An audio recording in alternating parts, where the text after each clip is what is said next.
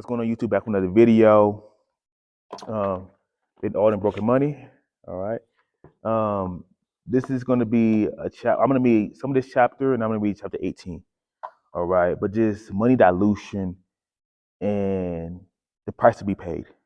All right. Everything has a price in life. All right. So I will be talking about this in this video. So hopefully you guys enjoy this video. Let's go ahead and get started. So non-transparent supply dilution.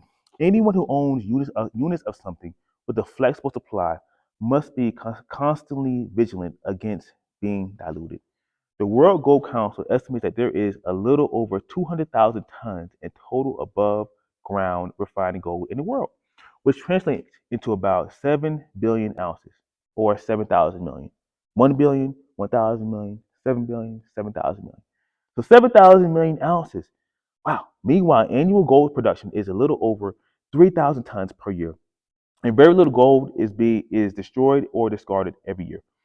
A holder of gold, therefore, must put up with a total gold supply increasing by about 1.5% per year. If they hold 10 1-ounce gold coins, then each year their amount of gold will represent a smaller and smaller percentage of all refined gold in the world.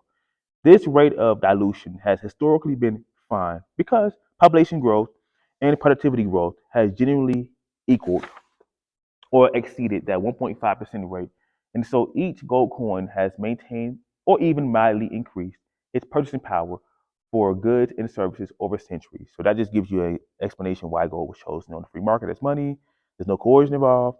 Our productivity growth grows more than the supply of gold. So gold supply is still being increased, unlike Bitcoin, of course, where um, there's still Bitcoin being mined, but there's only an overall supply of 2.1 quadrillion or 2,100 trillion pieces. So I think this is me personally. We're gonna go to space, bring more gold back, and then gold will be looked at something different in the future.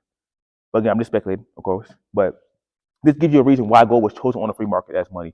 But it also talks about homes and why people are using homes, with low interest rates and everything, and how they take advantage of that. I'm gonna talk about this in this video. In this next segment, I'm gonna kind of skip over this house part, but I'm gonna continue on explaining this. The hard way to avoid this problem of monetary dilution is to be a superior investor. If someone selects assets that uh, considerably that generates considerably above average returns, then they can outperform monetary dilution.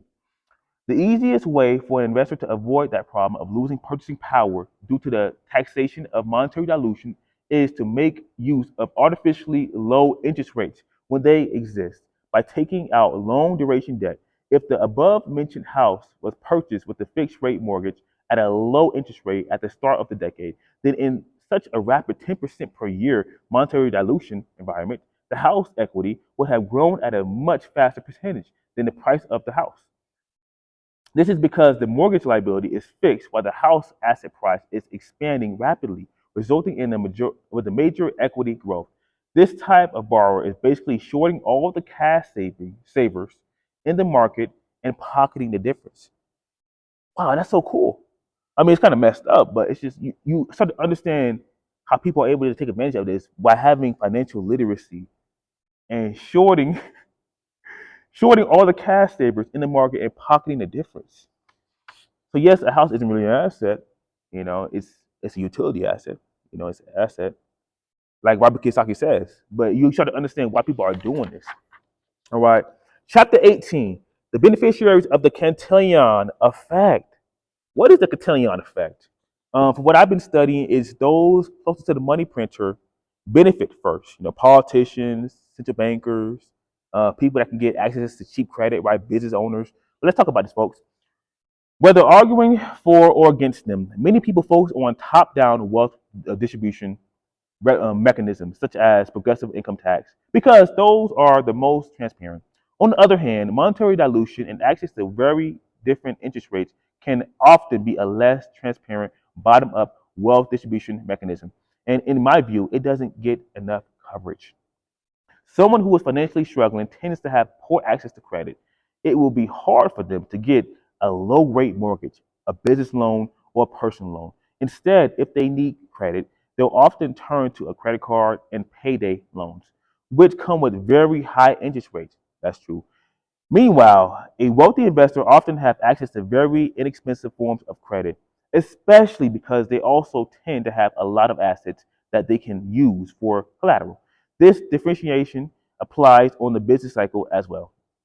A small family-run hardware store will typically have a much higher cost of credit than a nationwide hardware retail chain that systematically grows across the country and displaces those various family-run hardware stores. Meanwhile, an entity with a lot of assets can use those assets as collateral for relatively low-rate debt, and they are big enough to have access to public capital markets, i.e., they can issue bonds to a very broad set of market participants rather than rely only on local banks, which makes sense. To some extent, this is to be expected.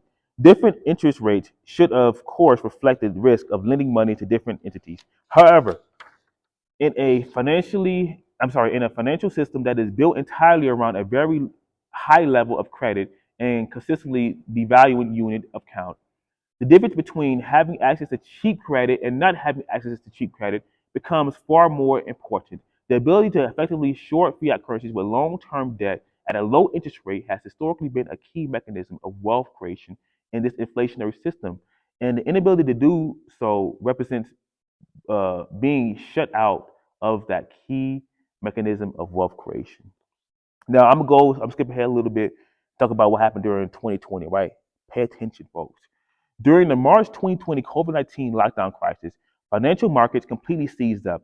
Even the US Treasury market went almost completely illiquid. And so the Federal Reserve printed over $1 trillion. That's $1,000 billion. That's crazy, bro.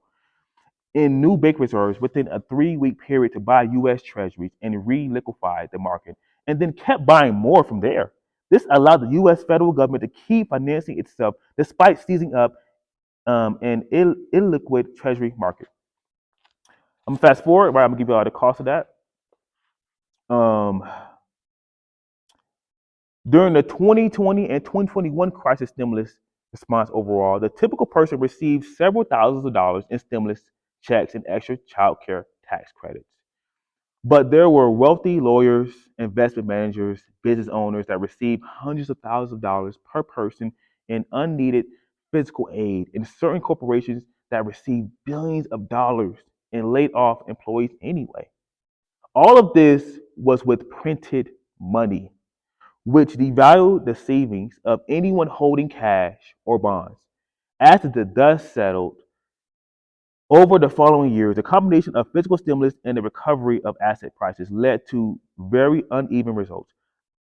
Pay attention, folks. The bottom 50% of the population collectively saw their net worth increase by 1.5 trillion or $1,500 billion from the beginning of 2020 to the beginning of 2022.